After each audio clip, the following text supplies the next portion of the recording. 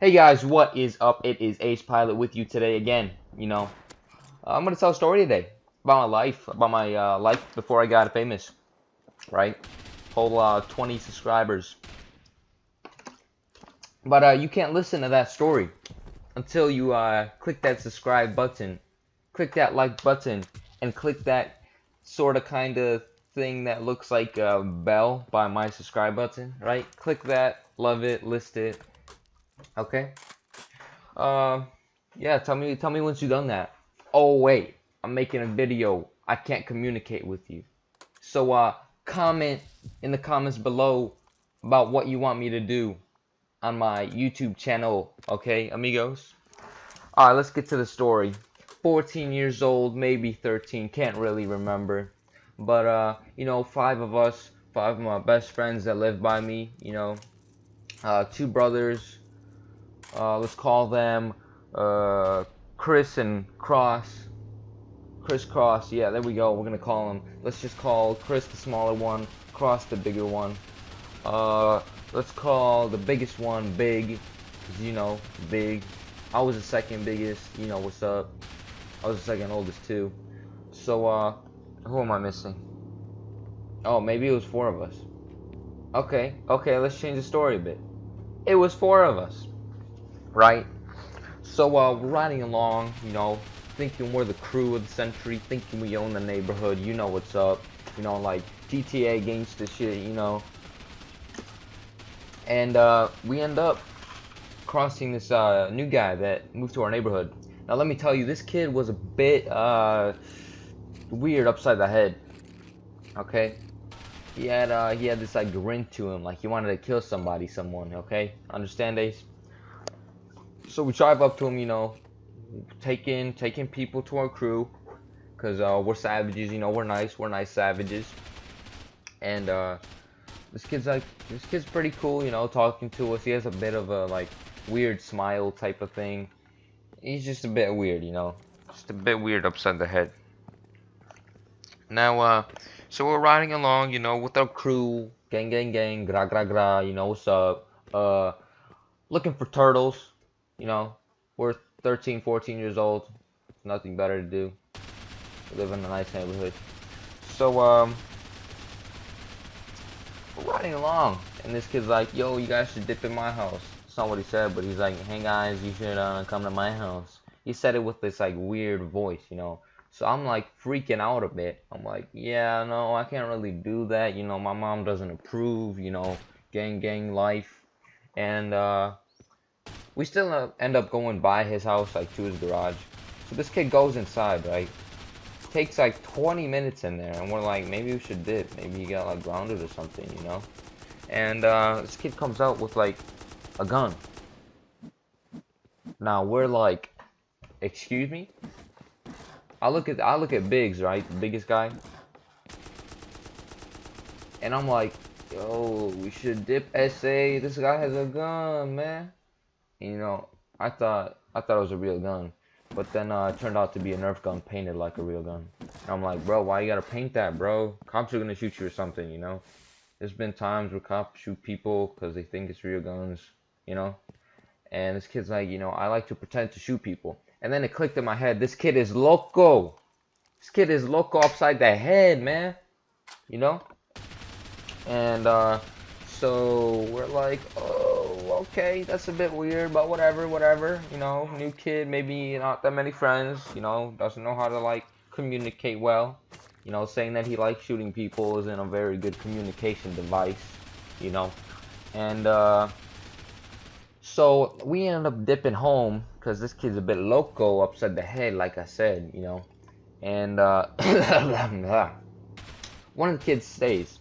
Chris, the smaller one, he stays at this kid's house. He goes into the house. Okay? So Cross is worried out of his mind that this kid, his own brother's gonna get shot, right? So he tells his mother, right? His El Madre, He's like, yo, this kid's loco, go get him. So the mom goes and gets him home, shouts at him a bit because he's a stranger, don't want him hanging around strangers, what's up. You know, stranger danger alert. And this kid comes home. We're like, yo, what happened in there, bro? Did you get shot? And Chris is like, nah, bruh. We just played some Nerf. You know, some Nerf. I'm like, okay, okay, maybe he's not that weird, you know. So, that day ended. Go to sleep, you know, wake up, you know, morning, you know, feeling like a millionaire. Because with my 4-person crew, you know, thinking we're Gucci Mane and stuff, you know. Uh, Wake up, you know, go outside like usual. We didn't have computers back then. We were all outside kids, you know, riding around on our BMX bikes, doing tricks, doing early tricks. I could like bring my front wheel up for a good 2 seconds, and then I had a very high possibility of falling. But let's just say I could ride a bike without hands for a good 10 seconds. You know, I thought I was the coolest kid ever. And so we're playing outside, you know, playing some soccer, playing some football, like all that stuff, you know. And out of the corner of my eye, I see Tommy, right, the crazy kid, peeking at us. So I'm like, yo, big, look it. Tommy's over there, bro. How'd he find our house? Now I'm kind of freaking out, like, what the hell? Is this kid a stalker? You gonna shoot us? You know?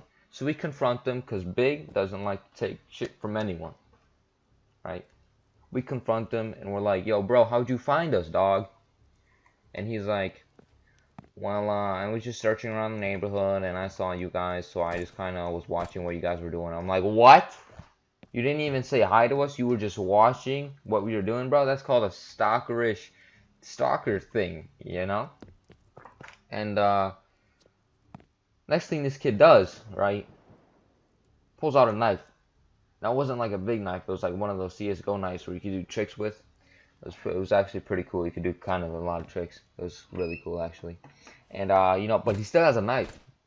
And this is a good neighborhood, you know. You don't see people running around with knives. Okay? Biggest I've seen is probably somebody like, no, I've never seen anything like that, dude. Okay? First time. So I kind of freaked out. I was like, oh, we're about to get stabbed, bro. You know. And we tell the kid to go home. So he goes home. And about an hour later, kid comes back with a friend, you know. Now, his friend is upside the head even more than this kid, right? He's a bit loco cuckoo, you know. And we're thinking, okay, either this guy's his cousin, you know, something's going on, some inbred shit, right? And this kid comes up to us, both of them, and they start swearing, right? Now, there's little kids in our neighborhood, you know, everywhere. And they start cussing and swearing. So Big comes up to this kid, right? And tackles him. Straight up says nothing, just tackles the kid, right? So they start mumbling, fumbling. Big takes the knife and throws it, right? Chris picks it up, you know, throws it into the pond.